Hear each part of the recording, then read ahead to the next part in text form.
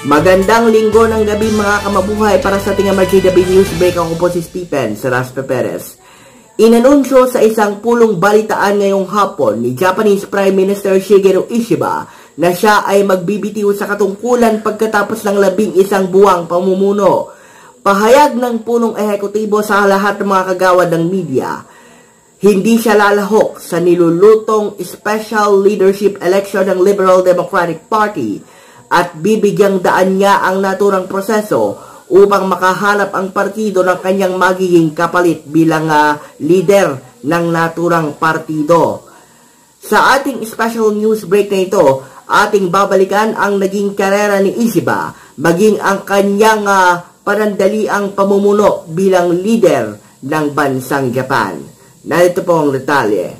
Mula sa angkan ng mga politiko si Shigeru Ishiba dahil ang kanyang ama na si Jiro ang dating naging gobernador ng Tottori Prefecture mula 1958 hanggang 1974 bago nahirang bilang Minister for Home Affairs ng Japan. Taong 1986 naman nang pasukin ng anak na si Shigeru ang politika sa edad na 29 nang kanyang mapanalunan ang pagiging kinatawan sa lower house ng Tottori Prefecture na kanyang hinawakan ng 10 taon bago naman siya nalipat sa unang distrito ng kaparehong prefecture mula 1996. Setyembre 2007 naman nang siya ay maging Minister of Defense sa ilalim ni Prime Minister Yasuo Fukuda bago naman siya nalipat sa pagiging Minister of Agriculture, Forestry and Fisheries noong Setyembre 2008 sa ilalim naman ng sumunod na liderato ni Prime Minister Taro Aso. Naging Secretary General naman si Ishiba ng Liberal Democratic Party noong taong 2012 sa ilalim ng pangalawang administrasyon ni Prime Minister Shinzo Abe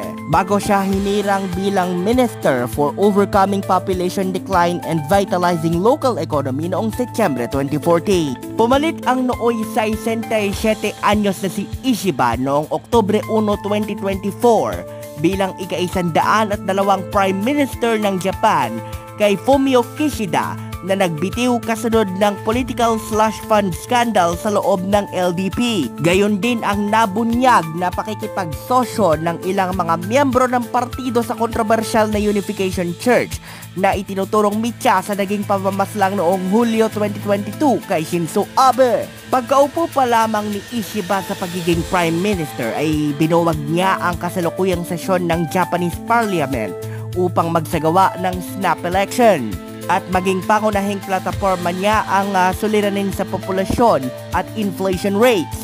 Pero natalo ang Liberal Democratic Party sa idinaos na snap election noong Oktubre 27, 2024 na nalagasan ng 68 pwesto sa lower house at sa makatuwid ay naging miyembro ng minorya dahilan upang magkaroon si Ishiba ng isang minority government. Naging hamon din kay Ishiba ang pakikipagnegosasyon kay US President Donald Trump kaugnay ng pamumuhunan ng Nippon Steel sa US Steel. Hulyo 23 naman ngayong taon nang mangyari ang pangalawang dagok sa pamumuno ni Ishiba nang matalo ang kanyang LDP Komeito Coalition sa Japanese House of Councilors election o yung mataas sa kapulungan naman ng Japanese Diet.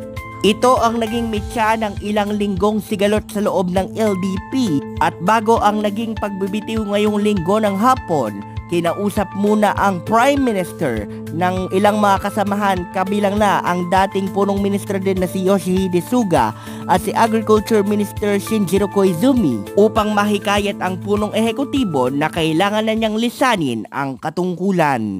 Pahayag sa NHK ng ilang malalapit na source sa naging pagpupulong ni Suga, Koizumi at Ishiba, hinikayat ng dalawang senior officials ang Prime Minister na magbitiw sa ngalan ng panunumbalik ng party unity o pagsasakayos muli ng pagkakaisa sa loob ng Liberal Democratic Party. Hihintayin pa natin ang magiging pasya ng partido kung kailan ang isasagawang special leadership elections upang magsilbing batayan ng paghahanap sa magiging pang-103 Prime Minister ng Japan o yung magiging kapalit ni Ishiba. Para sa iba pa mga balita at impormasyon, mangyaring bisitahin ang aming social media platforms. Facebook.com/Mabuhay Radio Japan Worldwide, aming YouTube channel Mabuhay Radio Japan Worldwide, Amin pong Twitter or X account at MRJW News. TikTok account po namin is at Japan Mabuhay Radio. Matutunghayan niyo rin po ang iba pang mga artikulo sa pamamagitan ng aming official website na www.mabuhayradiojapnworldwide.com. Para sa Mabuhay Radio News sa walang takot at walang pinapaboran, sa ngalan ng aming main anchorman na si Edmar Estabilio, ito po ang inyong Senbat sa Patrol number 2, Stephen Saraspe Perez.